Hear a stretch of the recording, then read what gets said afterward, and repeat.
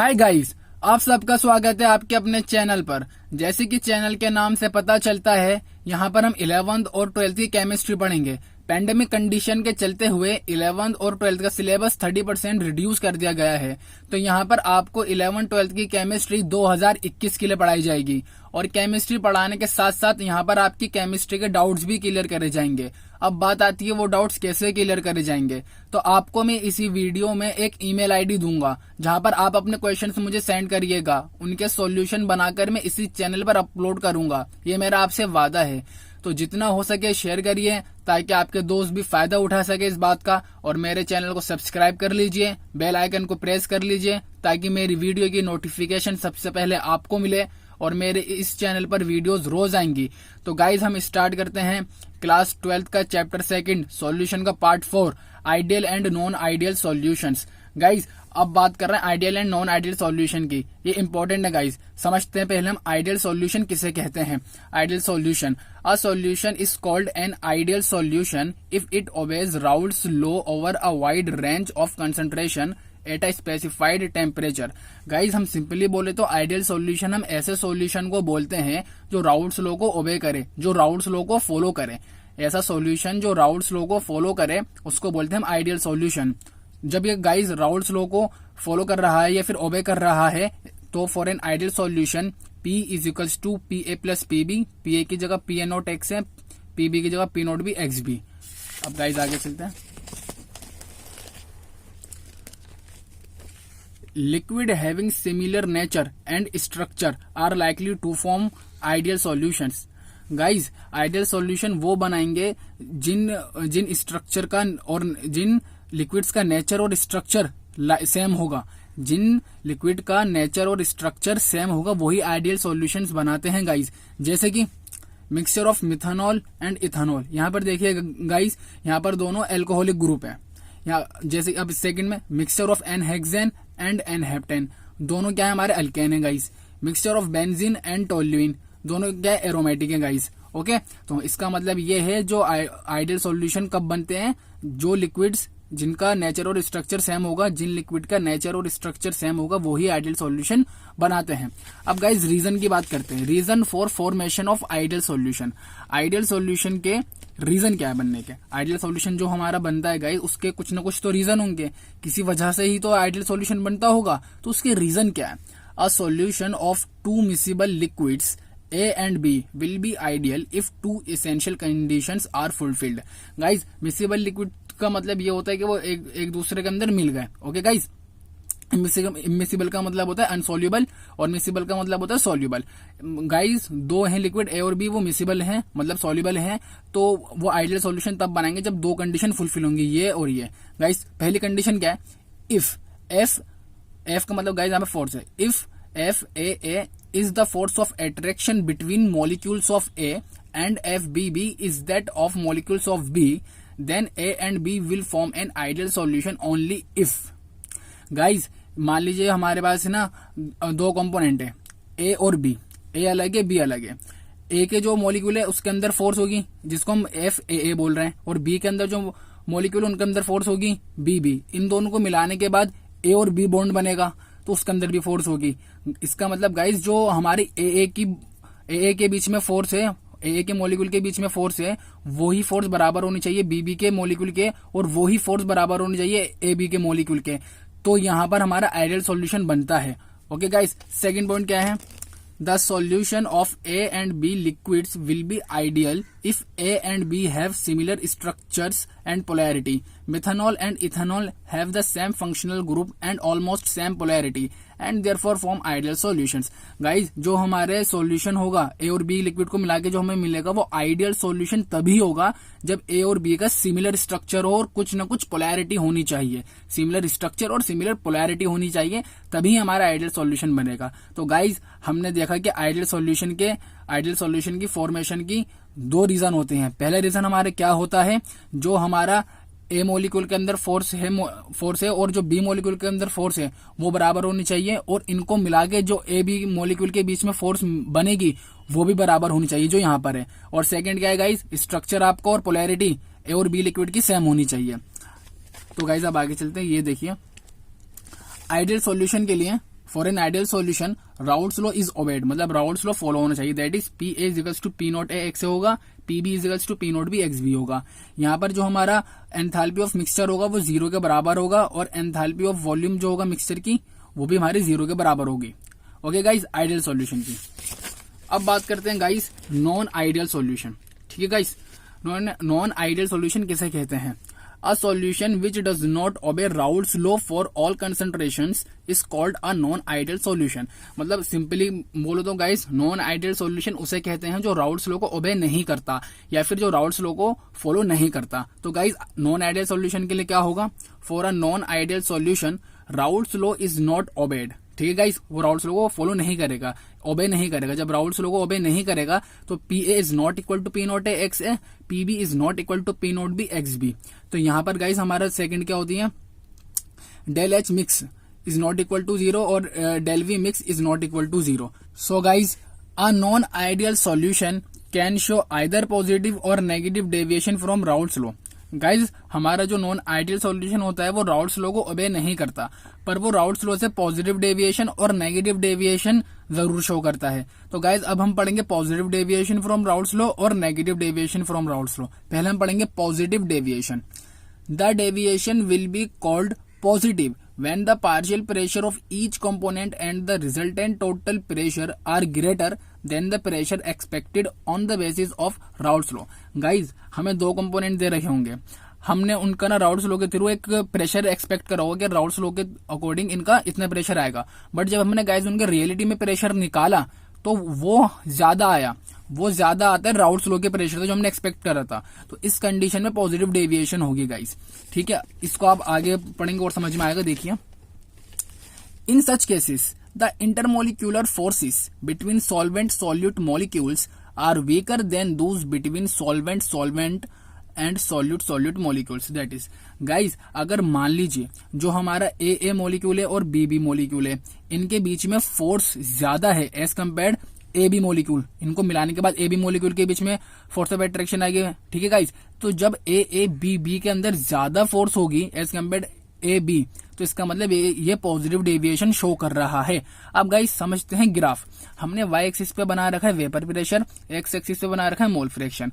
Guys जब हम इधर से इधर आएंगे तो यहाँ पर देखिए आपके जो मोल फ्रैक्शन है ए का वो 0 से 1 हो रहा है, और जब हम इधर से इधर जाएंगे तो आप गाइस देखिए कि जो बी का मोल फ्रैक्शन है वो 0 से 1 हो रहा है। इधर से इधर आ रहे हैं हम गाइस। हम यहाँ पर एक बात और देख लेंगे, ए हमारा गाइस क्या है? सॉल्वेंट, बी हमारा सोल्यूट, जैसे कि आपको मैंने पिछली वीडियो में बताया था। जब गाइस यहाँ पर आप देखिए, जब यहां से हम इधर आ रहे हैं, यहां पर हमारा एक्स कितना है? 0। मतलब guys P A equals to P not A x है। जब एक्स है 0 तो पी ए भी 0। अब हम यहाँ पर आएंगे तो यहाँ पर हमारा एक्स है 1 है, P A equals to P not A x है। एक्स के अंदर आप 1 रखो तो पी ए किसके बराबर आ जाएगा? पी नॉट ए के, पी नॉट ए। अब गाइस यहाँ पर सेम एक्स भी कितना है? 0, तो P not B equals to P B equals to P not B x B. तो गाइस जब एक्स भी 0 है तो पी ए भी हमारा 0 हो जाएगा, 0। जब हम यहाँ से इधर जाएंगे एक्स बी 1, जब एक्स बी 1 होगा तो P B equals to P not B x B जब 1 तो पी बी किसके बराबर होगा? पी नॉट बी के, जो कि पी नॉट बी है। बट गाइस हमने यहाँ पर ये मान के चले कि जो हमारा बी कॉम्पोनेंट है वो ज्यादा है क्या हमारा गाइस? वॉलेटाइल, तभी इसका प्रेशर ऊपर आ रहा है। अब गाइस हमने ये ब्लू लाइन है, जो हमने ब्लू लाइन बना रखी है, डॉटेड लाइन जो है, ये हमारी राउल्ट्स लॉ की है। जो राउल्ट्स लॉ को हमने पहले ग्राफ पढ़ा था पिछली क्लास में, राउल्ट्स लॉ का ये वो है ग्राफ है। बट गाइस यहाँ पर जब देखा गया कि पॉजिटिव डेविएशन आ रही है, कैसे पॉजिटिव डेविएशन आ रही है? जो हमने प्रेशर निकाला उसकी वैल्यू ज्यादा आई है जो हमने एक्सपेक्ट करी थी राउल्ट्स लॉ के थ्रू। जो हमने राउल्ट्स लॉ से एक्सपेक्ट करी थी कि भाई राउल्ट्स लॉ से इतना प्रेशर आना चाहिए, पर जब हमने रियलिटी में निकाला तो वो प्रेशर राउल्ट्स लॉ की एक्सपेक्टेड वैल्यू से ज्यादा आता है। तो यहाँ पर आप देखेंगे वेरिएशन क्या आएगा। यहाँ पर जब हम यहाँ इस लाइन को, डॉटेड लाइन को हमने ऐसे मिलाया तो यहाँ पर पॉजिटिव डेविएशन है, तो ये ऐसे हो जाएगी ऊपर की तरफ, ऐसे ये चली जाएगी, और ऐसे ये ऊपर की तरफ हो जाएगी गाइस, क्योंकि पॉजिटिव डेविएशन इसलिए। और आप इसको ऐसे भी समझ सकते हैं कि मॉलिक्यूल्स के बीच में रिपल्जन हो रहा है, रिपल्जन होने की वजह से ग्राफ के अंदर ये वेरिएशन आता है, राउल्ट्स लॉ के ग्राफ में ये वेरिएशन आता है। ओके गाइस, पॉजिटिव डेविएशन के अंदर मॉलिक्यूल्स में रिपल्जन होता है। ओके, अब आगे चलते हैं। This shows that the molecules of A or B will escape more easily from the surface of the solution. That is, the vapor pressure of solution will be higher. Guys simple सा फंडा है, जो solution का vapour pressure होगा वो हमारा high होगा. क्यों हमारा हाई होगा गाइस? सिंपल सा लॉजिक है. जो हमारा ए और बी के बीच में फोर्स है वो कम है. जब फोर्स कम है उन दोनों के बीच में as compared A B B, A के बीच में जो फोर्स है और बी के बीच में जो फोर्स है उससे तो कम ही फोर्स है ना ए और बी के बीच में. जब हमारे ए और बी के बीच में कम फोर्स है तो वो इजीली इवोपरेट हो जाएंगे, और जितने वो इजीली जब इवोपरेट हो जाएंगे उनके वेपर फेस के अंदर उतने ही पार्टिकल होंगे और उनका उतना ही वेपर प्रेशर होगा. यही लिखा हुआ है, तभी लिखा हुआ है the vapour pressure of solution will be higher. Okay guys, जिसकी फोर्स कम होगी वो इजीली इवोपरेट हो जाएगा, और जितना ज्यादा इवोपरेट होगा उतने ही उसके वेपर बनेंगे और उतना ही ज्यादा उसका वेपर प्रेशर होगा. तभी गाइस सॉल्यूशन का वेपर प्रेशर ज्यादा होगा एज कम्पेयर्ड सॉल्वेंट और solute. Okay guys, characteristic of a solution showing positive deviation. अब इसकी कैरेक्टरिस्टिक क्या है? कैरेक्टरिस्टिक यहाँ पर हम देखेंगे गाइस, जो हमारा पी ए होगा वो greater than P not A x A होगा, P B greater than P not B x B होगा, डेल एच ग्रेटर देन 0 होगा, that is positive, del V greater than 0 that is positive. Okay guys, अब इसके example देख लेते हैं कुछ. Ethyl alcohol and water, acetone and carbon disulphide, carbon tetrachloride and benzene, acetone and benzene. इसमें से आप एक आध देख लीजिएगा बस. ओके गाइस, अब पढ़ेंगे हम नेगेटिव डेविएशन. नेगेटिव डेविएशन का क्या है guys? The deviation is called negative deviation if the partial pressure of each component A और and B and resultant total vapor pressure are less than the pressure expected on the basis of Raoult's law. Guys हमें दो component दे रखे हैं ए और B, हमने उन expect करा Raoult's law के अकॉर्डिंग के इनका इतना पर्टिकुलर प्रेशर आएगा, और उसके बाद हमने जब उनका रियलिटी में हमने प्रेशर निकाला, जो हमने रियलिटी में प्रेशर निकाला वो हमारा कम था राउल्ट्स लॉ से. जो हमने प्रेशर निकाला और जो हमने रियलिटी में प्रेशर निकाला तो रियलिटी वाला प्रेशर कम था राउल्ट्स लॉ के प्रेशर से, तो यहाँ पर नेगेटिव डेविएशन शो हुआ. ठीक है गाइस, और इसके अंदर एक कंडीशन और है, जो हमारा फोर्स होगी ए मॉलिक्यूल के बीच में और बी मॉलिक्यूल के बीच में वो कम होगी as compared A B molecule. A और बी कंपोनेंट को मिलाकर एक सॉल्यूशन बनाया गया, उसके अंदर ए और बी के बीच में बॉन्ड होगा जो कि ये है, और ए और बी के बीच में जो बॉन्ड बनेगा उसके बीच में ज्यादा फोर्स ऑफ अट्रैक्शन होगी एज कम्पेयर्ड ए बी. ये भी एक कंडीशन है नेगेटिव डेविएशन को पहचानने की. तो गाइस अब हम यहाँ पर ये ग्राफ समझते हैं नेगेटिव डेविएशन का ग्राफ क्या है. जैसे कि पता है आपको y एक्सिस पे वेपर प्रेशर है, x एक्सिस पे मोल फ्रैक्शन है. जब हम यहाँ से इधर आएंगे तो x a 0 से 1 हो रहा है, यहाँ से इधर जाएंगे तो x b 0 से 1 हो रहा है. तो गाइस जब यहाँ पर ये 0 है, x a 0 है, तो यहाँ पर हमारा जैसे हम P A equals to P naught है, एक्स ए के अंदर एक्स ए की वैल्यू 0 रखेंगे तो पी ए भी 0. अब यहाँ पर जब हमने एक्स ए की वैल्यू 1 रखी तो P B P not A. Okay guys, जैसे कि यहाँ पर है, अब जैसे कि यहाँ पर आप देखिए एक्स भी हमारा 0 है तो पी बी भी हमारा 0 आ जाएगा, क्योंकि P B is equals to P not B x B. अब हम इधर आएंगे, एक्स बी हमारा 1 है तो P B is equals to P not B x B, तो पी बी किसके बराबर हो जाएगा? पी नॉट बी के. तो हमारा पी जो हमारा बी है, बी कंपोनेंट वो ज्यादा वोलेटाइल है तभी ये ऊपर गया है. अब ये जो हमारी ब्लू लाइन है गाइस, ये ब्लू लाइन जो ये हमारे राउल्ट्स लॉ वाली है, बट यहाँ पे नेगेटिव डेविएशन है. जब नेगेटिव डेविएशन देखी जाएगी तो इसकी जो लाइन होगी ना फिर ऐसे डेविएट हो जाएगा. राउल्ट्स लॉ से कैसे डेविएट हो जाएगा? नीचे की तरफ. ठीक है गाइस, नीचे की तरफ डेविएट हो जाएगा. जैसे कि पता चलता है डेविएशन देखी गई है तो राउल्ट्स लॉ से इधर या उधर डेविएट होगा. अगर पॉजिटिव है तो ऊपर की तरफ डेविएट होगा राउल्ट्स लॉ से, अगर नेगेटिव है तो नीचे की तरफ डेविएट होगा राउल्ट्स लॉ से. जैसे कि मैंने आपको पहले बताया था कि पॉजिटिव डेविएशन रिपल्जन की वजह से होती है मॉलिक्यूल में, और नेगेटिव डेविएशन मॉलिक्यूल में अट्रैक्शन की वजह से होती है. ठीक है गाइस, अब आगे चलते हैं. Due to this, there is decrease in the escaping tendency of A or B molecule from the surface of solution. Consequently, the vapor pressure of the solution will be lower. Guys, यहाँ पर जो हमारा vapour pressure होगा solution का वो कम होगा. अब guys कैसे कम होगा? जब वेपर प्रेशर हमारा, जब हमने देखा कि ए और बी मॉलिक्यूल के बीच में, ए और बी को मिलाने के बाद जो एक फोर्स ऑफ अट्रैक्शन बनती है ए और बी के बीच में वो ज्यादा है. जब वो ज्यादा होगी फोर्स ऑफ अट्रैक्शन तो गाइज वो वेपर देर में बनेंगे. जब वेपर देर में बनेंगे तो वेपर प्रेशर घट जाएगा. बट अगर हम वहीं पर देखें, सिर्फ हम ए मॉलिक्यूल और बी मॉलिक्यूल की बात करें तो उनके बीच में उनका वेपर प्रेशर ज्यादा होगा सॉल्यूशन के वेपर प्रेशर से. क्यों? क्योंकि गाइज अगर हम ए की बात करें, ए के अंदर फोर्स कम है ए बी के मुकाबले। जब ए के अंदर फोर्स कम है तो वो ज्यादा इवेपोरेट होंगे, ज्यादा इवेपोरेट होंगे तो ज्यादा वेपर बनेंगे, ज्यादा इवेपोरेट होंगे तो उसके बाद गाइज वो ज्यादा प्रेशर अप्लाई करेंगे। तभी ए नेगेटिव डेविएशन में ए और बी कंपोनेंट को मिलाकर जो हमारे ए और बी के बीच ए बी मॉलिक्यूल बनेगा उसके बीच में जो फोर्स ऑफ अट्रैक्शन होगी वो ज्यादा होती है। इसी वजह से सॉल्यूशन का वेपर प्रेशर कम होता है नेगेटिव डेविएशन में। गाइज अब कैरेक्टरिस्टिक की बात कर लेते हैं। इसमें characteristic of a solution showing negative deviation. अब नेगेटिव डेविएशन कर रहा है शो तो उसकी क्या कंडीशन होंगी, P A smaller than P not A x A, P B smaller than P not B x B, del H smaller than 0 that is negative. Because अब इसकी वजह क्या है, because weak A and B bonds are broken and strong A B bond is formed, heat is consequently release. जब हमें पता है कि डेल एच नेगेटिव होता है तो हीट रिलीज होती है, और गाइज जब ए और बी स्ट्रॉन्ग बॉन्ड बन रहे हैं तो एनर्जी रिलीज होगी। Del V smaller than 0 that is negative. अब इसके एग्जाम्पल देख लेते हैं guys. HNO3 water, chloroform and acetone, acetic acid and pyridine, hydrochloric acid and water. आप इसमें से कुछ याद कर लीजिएगा एक आज। अब गाइज बात करते हैं हम, जैसे कि पहले मैंने आपसे कहा था कि मैं आपको वीडियो में एक ईमेल आईडी दूंगा जहां पर आप अपने क्वेश्चन मुझे सेंड करिएगा और उनके सॉल्यूशन बनाकर मैं इसी चैनल पर अपलोड करूंगा। गाइज वो ईमेल आईडी है khanclasses7@gmail.com। ओके गाइज, सब स्मॉल में लिखा हुआ है, कहीं गैप नहीं है। ठीक है गाइज, डाउट्स आप सेंड करिएगा जरूर, आपके मैं पक्का वादा है कि मैं आपके डाउट्स का सॉल्यूशन बनाकर इसी चैनल पर अपलोड करूंगा।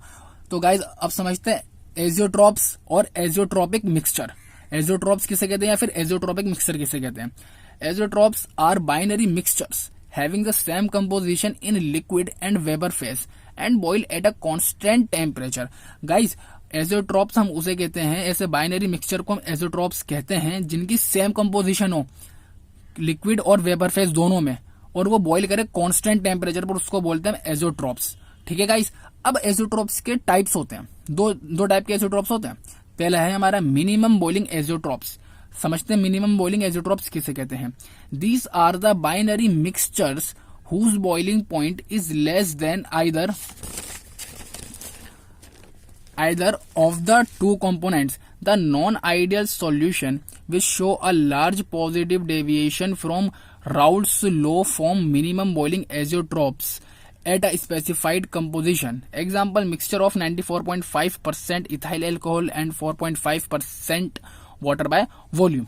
Guys, जो हमारा पॉजिटिव, हमने नॉन आइडियल सॉल्यूशन के अंदर दो डेविएशन पढ़े, positive deviation from Raoult's law, negative deviation from Raoult's law. तो गाइज जो positive deviation from Raoult's law show करते हैं वही हमारे मिनिमम बॉइलिंग एजियोट्रॉप्स होते हैं। सिंपल सा फंडा बस आप इतना माइंड में रखिए, ऐसे नॉन आइडियल सॉल्यूशन जो positive deviation from Raoult's law show करते हैं वही हमारे मिनिमम बॉइलिंग एजियोट्रॉप्स होते हैं, और उसका एग्जांपल आप देख लीजिएगा। अब गाइज बात करते हैं maximum boiling azeotropes. These are the binary mixtures whose boiling point is more than either of the two components. The solution that show large negative deviation from Raoult's law form maximum boiling azeotropes at a specific composition. Example, a mixture of 68% HNO3 and 32% H2O by mass.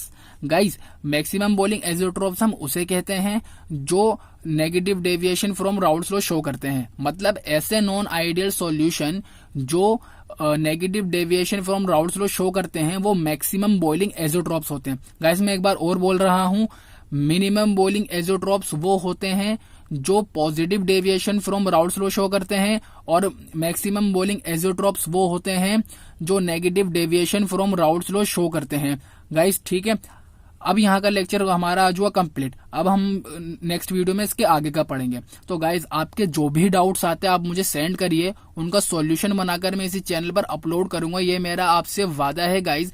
तो जितना हो सके share करिए, video को like करिए, comment करिए और बताइए कि मैं सही पढ़ा रहा हूं या नहीं। अब मिलते हैं गाइज नेक्स्ट वीडियो में, तब तक के लिए गाइज बाय।